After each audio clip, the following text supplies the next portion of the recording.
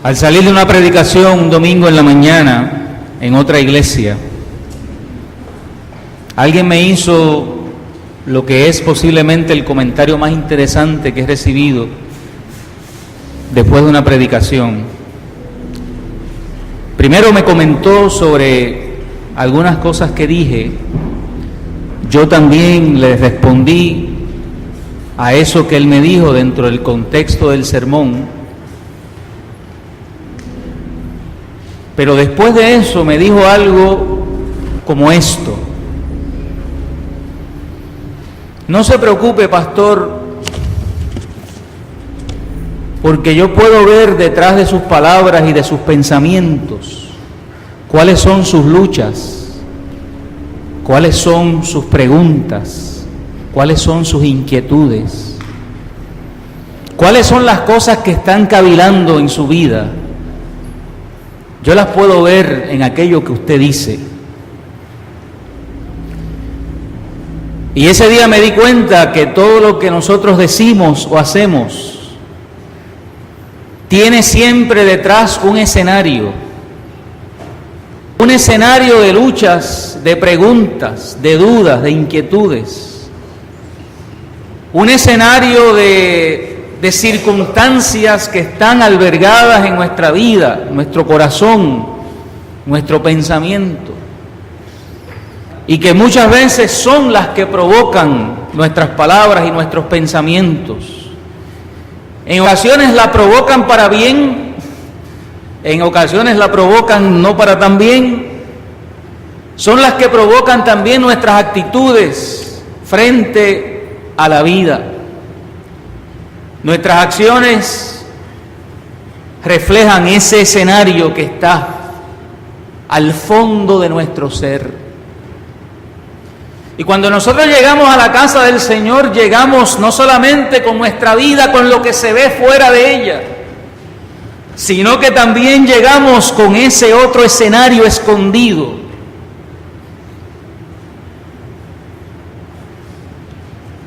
Y en ocasiones pensamos: si los demás supieran las luchas que tengo en vida, si los demás supieran los pensamientos que en este momento están invadiendo mi mente. Y ese escenario ahí, de alguna manera influenciando nuestra vida, está presente, todos lo tenemos. Pero qué bueno que podemos llegar a un lugar donde hay una mirada, como dice el cántico. Una mirada que es capaz de apreciar lo que se ve y lo que no se ve. Que es la mirada de Dios. Que es la mirada de Jesús. Henry Nouwen, un destacado profesional, teólogo, profesor universitario en universidades de mucho prestigio, un hombre que conocía muy bien el lenguaje de la teología, el lenguaje sobre Dios, y que tenía la capacidad de poderlo explicar, de poderlo comunicar y transmitir, y que su conocimiento le llevó a tener una experiencia académica prestigiosa. Tocó fondo, entrando en una terrible depresión, una depresión que le paralizó toda su vida, su sistema, su mente, su inteligencia, y que lo puso en un lugar oscuro y terrible de tristeza y de angustia. Todo su conocimiento, toda su preparación, en ese momento en particular, no ayudaron en ese proceso de oscuridad. Y sentado en un museo mirando un cuadro de un pintor llamado Rembrandt, el cuadro del hijo pródigo, de momento recibe luz por la imagen allí plasmada, y de momento empieza a descubrir su vida identificada con los personajes de ese cuadro. Y en medio de ese escenario de dolor y de oscuridad que estaba en el fondo de su vida, junto a la escena que está retratada en el cuadro, comienza Henry Nouwen a descubrir nuevamente esa historia del hijo pródigo. Comienza nuevamente a recibir luz acerca de las imágenes que allí están en el texto bíblico, pero también en el cuadro. Pero en ese proceso descubre que el mismo pintor del cuadro, al leer su biografía, descubre que también fue un hombre que vivió una vida licenciosa y terrible, de amargas y dolorosas experiencias,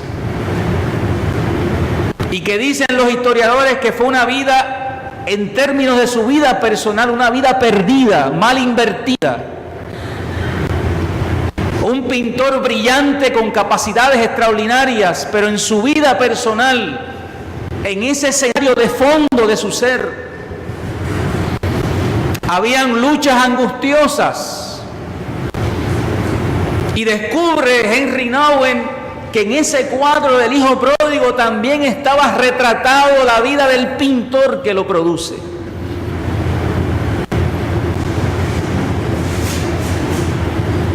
Y comienza un proceso de redescubrimiento, de reencuentro, de conversión, de transformación y de cambio a la luz, no solamente del cuadro, sino también de la historia propia del pintor.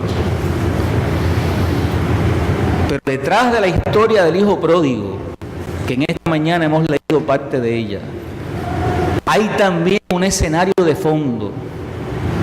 Hay un escenario también de cuestionamientos, de preguntas y de luchas, y que el texto bíblico trata de alguna manera de atender ese escenario de fondo, porque no solamente el escenario de fondo es el cuestionamiento que tenían los líderes religiosos para Jesús, que decían que Jesús se pasaba juntándose con gente de mala reputación y de mala fama, que sentaba a la mesa con pecadores y con gente con muy poca honra, y que la historia del hijo pródigo está respondiendo a ese escenario de duda, de cuestionamiento de los líderes judíos. Pero también en ese fondo, en ese escenario de fondo, la historia del hijo pródigo, hay otro asunto que todavía hoy en día también nos atañe. Y todavía hoy en día de alguna manera nos toca. Y ese otro asunto es el incomprendido amor de Dios. El incomprendido amor de Dios. Detrás de las quejas de los líderes religiosos que le cuestionan a Jesús en el texto bíblico, hay una imagen de Dios, hay una visión de Dios. Y el Dios del que hablan los líderes religiosos es un Dios severo, es un Dios exigente, es un Dios que está pidiendo a sus hijos y a sus hijas que puedan cumplir a altura y con altura la ley y los mandamientos. Un Dios que exige cargas pesadas a sus hijos. Un Dios que exige la perfección a sus hijos y a sus hijas.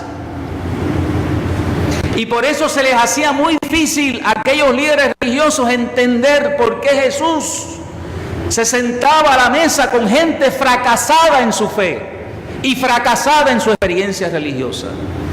Porque resulta ser que todos aquellos con quienes Jesús se juntaba y que decían los líderes religiosos que eran gente pecadora, eran gente que había fracasado en su espiritualidad y experiencia de fe. Así lo veían los judíos, así lo veían los líderes religiosos. Y ante esa imagen de Dios severo, guardador celoso de la ley, habían muchos hombres y mujeres quedándose fuera de la gracia, fuera de la oportunidad, fuera del espacio de la acogida de Dios.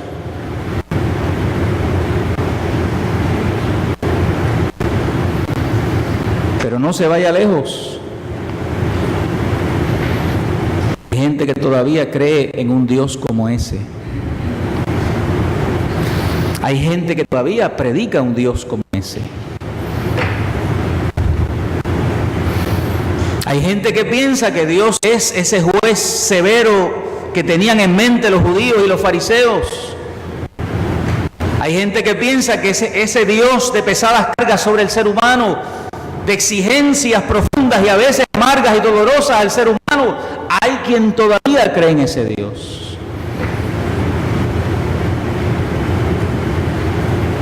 Pero hay muchos que han dejado de creer en ese Dios. Yo andaba en el carro hace unos días con un joven que estudió en un colegio prestigioso de Puerto Rico, religioso. Y me dijo dos cosas que me dejaron confundidas. Me dijo, yo soy ateo, pero yo creo en un ser divino. Explícame esa, Egui.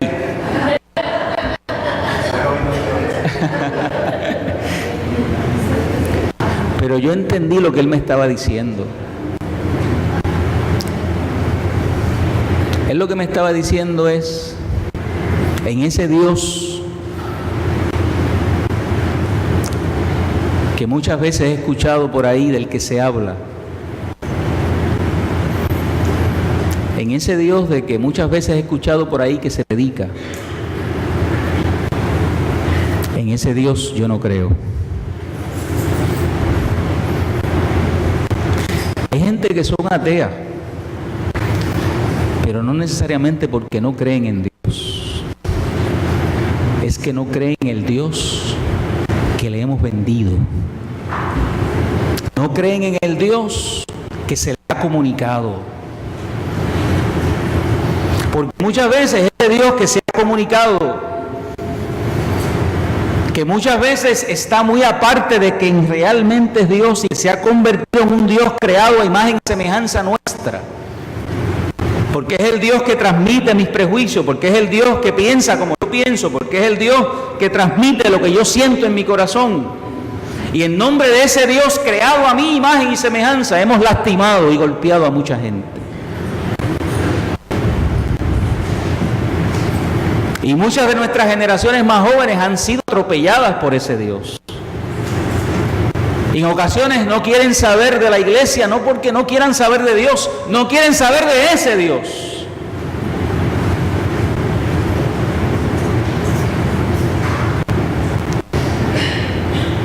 Por lo tanto, frente a ese Dios de los judíos y los fariseos, que no podían comprender cómo Jesús se sentaba con gente de mala fama, frente a ese Dios de los judíos y fariseos que no podían comprender el amor y los alcances del amor y de la gracia de Dios, particularmente del amor que Jesús vino a transmitir a través de su vida, Jesús no le contesta nada, simplemente le hace tres historias. ¿Y qué clase de historias? Y una de ellas es el pasaje del hijo pródigo. Y en ese pasaje hay dos personajes. Hay más, pero hay dos personajes que son beneficiarios directos del amor y de la gracia de un padre. Un padre que no solamente se comporta como padre, sino que también tiene una cierta ternura, como si fuera también la figura de una madre. Y Rembrandt en su cuadro, en su pintura, los retrató. Porque las dos manos que tiene el cuadro, una de ellas es una mano fuerte y rígida que sostiene la vida del hijo que está ahí abrazado al padre, pero la otra mano es una mano suave. Y algunos analistas han dicho que Rembrandt ha puesto ahí frente al hijo pródigo y sobre el hijo pródigo esas dos imágenes de Dios. La imagen del Dios fuerte que nos sostiene, que nos abraza, que nos afirma, pero la imagen también del Dios tierno que nos pasa la mano, que nos ama, que nos abriga, que nos da calor.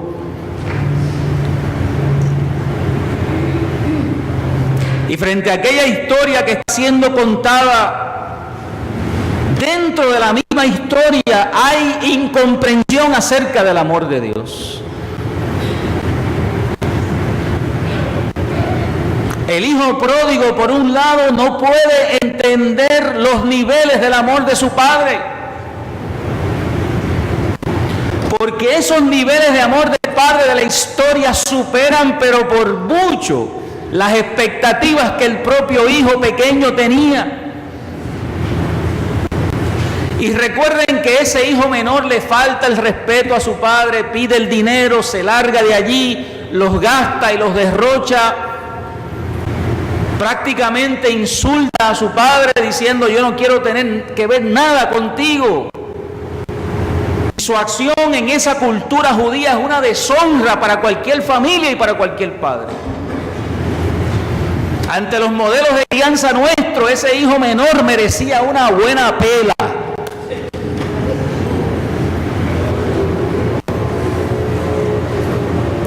Y él lo sabía. Por eso, cuando ya está en el fondo,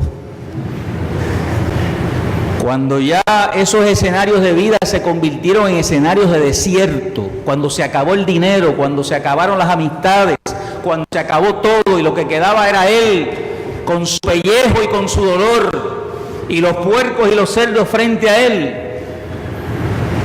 y comienza un proceso de reflexión y de regreso. Miren lo que dice el texto bíblico, lo que él pensó en decirle a su padre: yo no soy digno, yo no soy merecedor, trátame como a uno de tus siervos y de tus jornaleros. En otras palabras, yo estoy consciente que me merezco ser castigado por esta desobediencia tan terrible. Yo estoy consciente que me merezco de tu parte ese trato, y yo te estoy pidiendo que dentro de ese cuadro por lo menos me des un breakcito. El lenguaje nuestro, ¿verdad? Una oportunidad, aunque sea para vivir agregado.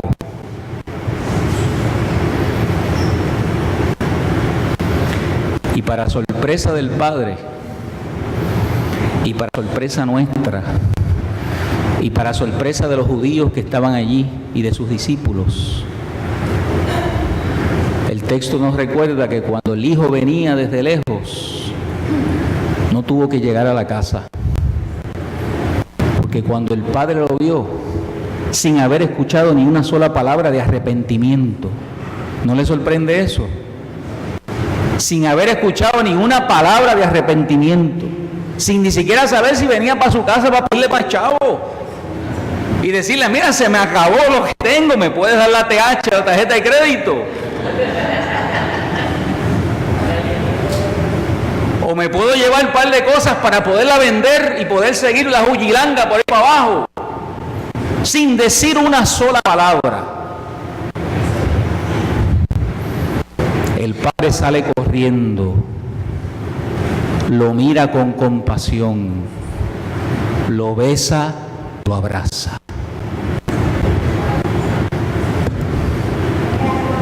Bendito el nombre del Señor. El incomprendido amor de Dios. Porque no cabe la conducta del Padre en lo que es nuestra forma de pensar y ver la vida. Porque muchos de nosotros desde el coraje y desde la angustia hubiésemos actuado distinto. Le hubiésemos premiado con el castigo que hubiese merecido. No es la imagen que muchas veces nosotros, que hemos estado toda nuestra vida en la iglesia, hemos también escuchado acerca de Dios. Pensando que el día que le desobedecemos a Dios, ese día Dios le va a dar un coraje y nos va a meter un fuetazo. Y muchas veces yo escuché: cuidado, que Dios fuetea. Y yo agradezco, ¿verdad?, a la gente que contribuyó a mi experiencia de espiritualidad, porque nadie me lo dijo de manera con coraje ni con odio. Me dijeron para que uno, ¿verdad?, se enderece y uno se alinee y uno haga las cosas como tiene que hacer. Pero eso no es lo que dice el Evangelio.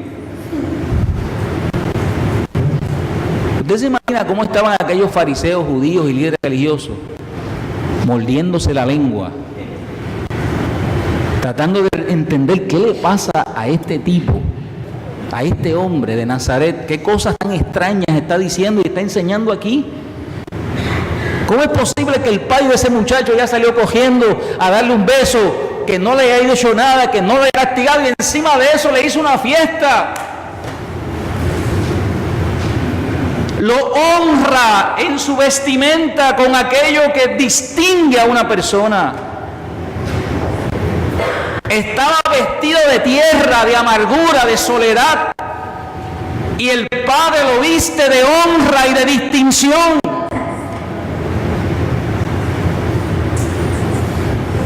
El incomprendido amor de Dios. Yo solamente puedo decir, hermano y hermana, y decirle a usted que así nos ama Dios. ¿Ah? Que usted y yo no lo podamos entender, claro que no lo vamos a entender, pero así nos ama Dios. Y el hijo menor no comprendía ese amor, y me imagino que dentro de la reacción de su padre estaba sorprendido. Pero hay otro en la historia que tampoco comprendía el amor del padre. Y Rembrandt en su cuadro y en su retrato pone al padre con el hijo abrazado en el centro, un poco a la derecha de la escena. Y esta escena de Rembrandt, esa escena retratada, está el padre abrazando a su hijo, y hay como una luz que viene sobre esa escena en particular, sobre ese abrazo. El hijo está descalzo, está con ropa harapiente en el cuadro de Rembrandt, y está metido así literalmente ahí dentro, cerca del vientre del padre que lo está abrazando con amor y con calor. Pero hay otra parte de ese cuadro que queda a la derecha, cuando usted lo mira, que es una parte de sombra y con poca luz. Y en esa parte de sombra con poca luz hay otro que tampoco comprende ni entiende acerca del amor de Dios. Y ese otro es el hijo mayor. El padre tiene sus manos extendidas sobre el hijo pródigo. El hijo mayor en el cuadro tiene sus manos retraídas y escondidas en la oscuridad. El rostro de amor, de afecto del padre sobre el hijo se ve iluminado por la luz del cuadro. El hijo mayor está escondido en la sombra, metido en la oscuridad.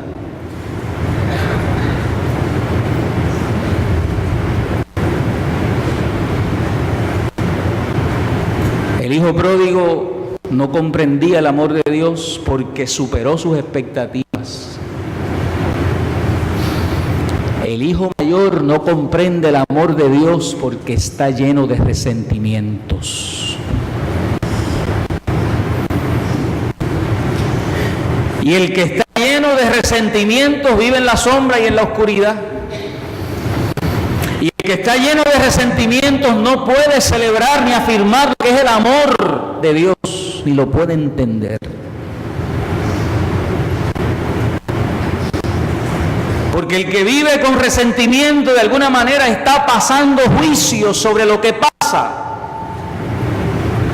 Y el rostro de este hermano metido en la sombra es un rostro de paso de juicio, porque entendía que este muchacho se merecía otra cosa, otro trato. Porque pensaba que ese muchacho había perdido la vergüenza y por lo tanto no merecía ser validado por el padre. Y desde la oscuridad y desde la sombra el hermano mayor pasa juicio sobre las acciones del padre. No quiere entrar a la fiesta, no quiere celebrar, no quiere ser parte de eso, porque simplemente esa persona no se lo merece. Por lo tanto, el hijo mayor asume el rol del padre y le está diciendo al padre: así hubiese actuado yo. Lo que yo hubiese hecho es bien distinto a lo que tú has hecho con tu hijo, que andaba por ahí con gente de mala fama y prostitutas. Que el texto no lo dice, pero el hijo mayor estaba tan y tan prendido que hasta eso le añadió, ¿verdad?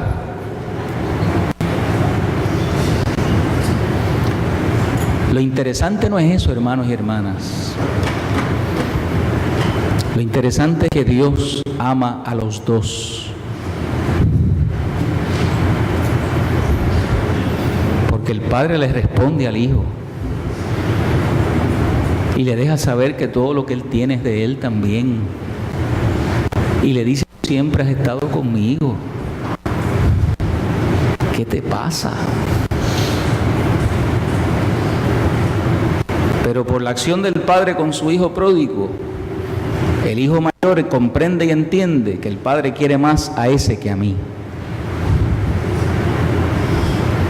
Porque el resentimiento le lleva a ver que no es validado frente a su padre. Porque el resentimiento le lleva a ver que ha sido ignorado, que ha sido desplazado por amor y por la acción hacia su hermano. Porque el resentimiento no le permita disfrutar del amor de aquel que es distinto a él, pero igual de necesitado de amor como él.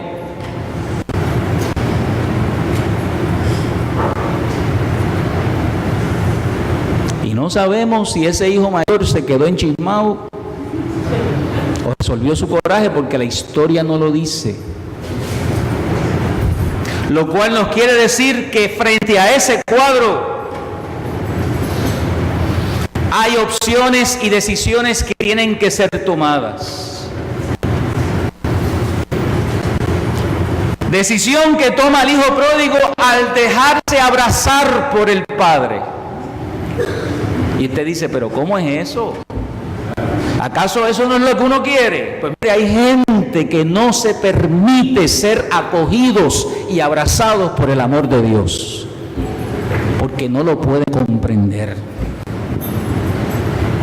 Y hay que dejarse abrazar por el amor de Dios, porque ese es el amor primero que afirma en nosotros nuestro valor y afirma en nosotros nuestra capacidad también de poder amar a otros. Y porque el hijo mayor permanece en la sombra, lejos y distante del abrazo cálido del padre, no puede comprender el amor del padre. Y se cancela él mismo la oportunidad de poderlo disfrutar como lo está disfrutando su hermano.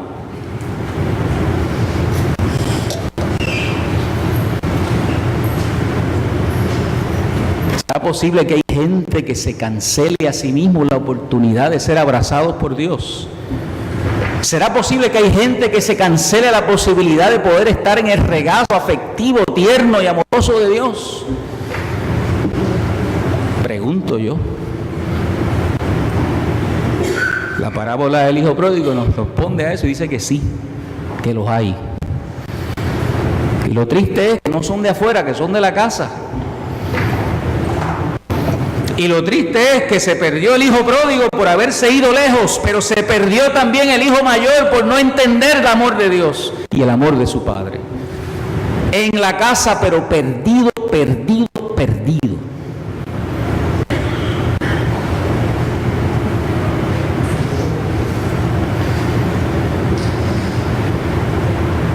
Hay una decisión que tomar en este relato, que hay uno que la toma y uno que permanece en la sombra. El hijo menor acepta el amor del padre, acepta las nuevas vestiduras, acepta la celebración, la fiesta y el gozo. El hijo mayor está molesto, enojado, con brazos cruzados, metido en la sombra de su propio sentimiento. Y sería bueno que tú y yo pudiéramos en esta mañana, pensando en ese cuadro, responder a la pregunta: ¿y dónde estás tú? ¿Estás metido en el regazo del Padre que te ama, que te espera, que te valida, que te acepta, que celebra tu vida, que celebra tu regreso, que celebra tu deseo de regresar y de estar cerca de Él? ¿O estás tú metido, metida en la sombra del resentimiento y de la amargura y del dolor, emitiendo juicio a todo lo que da, contra todo lo que usted ve, contra todo quien ve, contra otra gente, contra las actitudes suyas, las de otros, entendiendo que hay otra gente que no se merece la vida que tienen y mucho menos se merece tener vinculación con usted? Porque ese es el otro asunto. En vez de decir mi hermano, dice ese hijo tuyo. Usted sabe, cuando uno se molesta con un hijo y le dice al otro, mira, ese hijo tuyo. ¿Y qué es lo que hay en esa declaración? Una desvinculación de sangre con esa persona. Y nosotros hacemos lo mismo. Escogemos quién es nuestro hermano y quién no lo es. Escogemos quién debe estar con nosotros y quién no debe estar. Y muchas veces esa selección viene desde el profundo escenario del resentimiento y del dolor.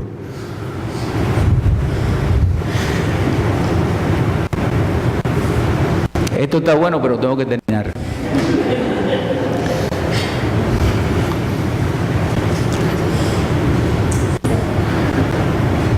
El amor de Dios, tan incomprendido por nosotros, libera, restaura, sana, reconcilia, salva. No solamente nos salva en ese plano personal, también nos salva en ese plano de vínculos, en esa familia cercana, amplia, también de la sociedad y de la cultura. ¿Dónde estás tú en esta mañana? ¿Y dónde te invita el texto bíblico a que debes estar? Y yo sé que el tiempo avanza, pero yo voy a hacer esto. Y yo quiero hacer un llamado al altar. Y yo voy a pedir primeramente que los ancianos y ancianas de la iglesia, el cuerpo de ancianos de la iglesia, los que estén aquí en esta mañana, vengan aquí al frente, un momento.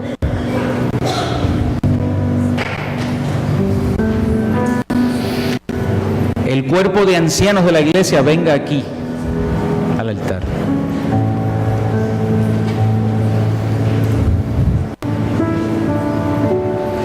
Ahí está la hermana Gloria, así que vamos a orar por ella también, ya que está en el altar, ¿verdad?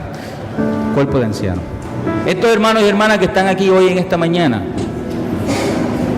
son parte del cuerpo de ancianos de esta iglesia.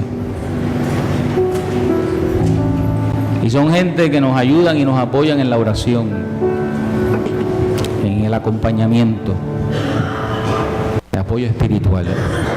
Y yo los llamé al altar porque ellos están aquí en esta mañana para orar por usted. Y si alguien necesita la oración hoy es el día. Para lo que usted necesita y quiera. Para lo que usted entienda que la palabra del Señor y su mensaje en esta mañana le invita a hacer. Pero permita que la presencia y que el Espíritu del Señor obre en su vida. Porque salir de la sombra del resentimiento no se puede salir solo. No hay forma que usted mismo con su propia fuerza y capacidad salga de ahí. Salir del distanciamiento, del afecto y el regazo del Padre y volver a ese entendimiento no se puede hacer solo. Usted necesita el Espíritu de Dios. Usted necesita la presencia del Señor. Usted necesita la palabra del Señor como recurso. Por lo tanto, yo le invito en esta mañana que se dé esa oportunidad. Y si esa es su necesidad hoy, le invito a que venga al altar y permita que algunos de estos hermanos y hermanas ore por usted. Y esto no va a ser mucho tiempo, así que como yo lo que le quiero decir es que si usted va a venir, que camine rapidito.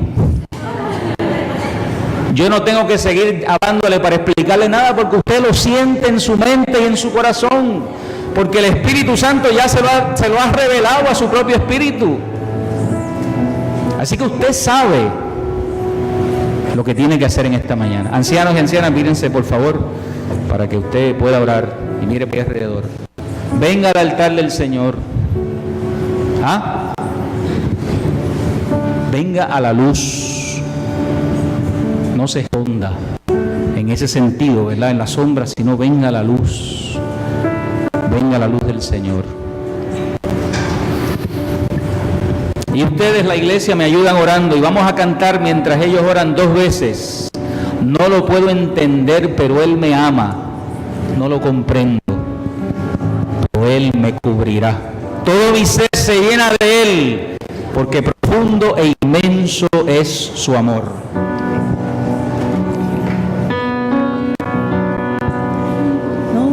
Puedo entender, pero Él me ama. No lo comprendo, pero Él me cubrirá. Todo mi ser se llena de Él, porque profundo es su amor. No lo puedo entender, pero Él me ama.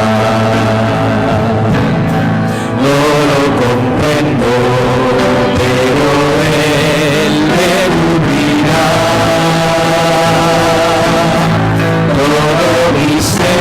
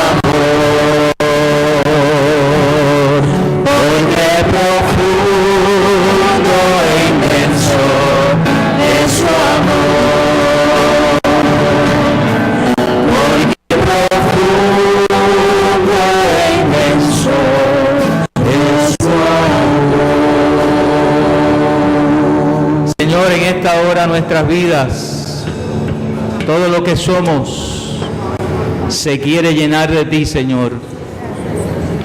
Sobre todo llenarnos de ese amor incomprendido tuyo.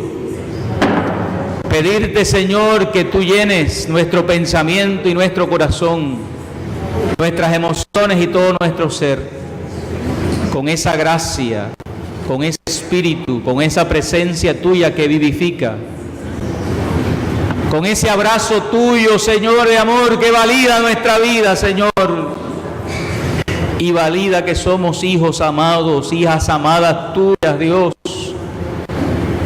Y permite, Señor, que con esta oración tus hijos y tus hijas reciban y sientan la fuerza poderosa de ese amor, que redime, que renueva y que restaura, y que transforma, Señor, lo seco y árido en terreno fértil, y que genera luz, Señor, en la mente y genera luz en el espíritu y en el corazón. Por eso, Señor amado, te pedimos, Señor, que hagas en nosotros conforme a tu amor, tengas que hacer. En nombre de tu Jesucristo, Señor, oramos. Amén, amén, amén.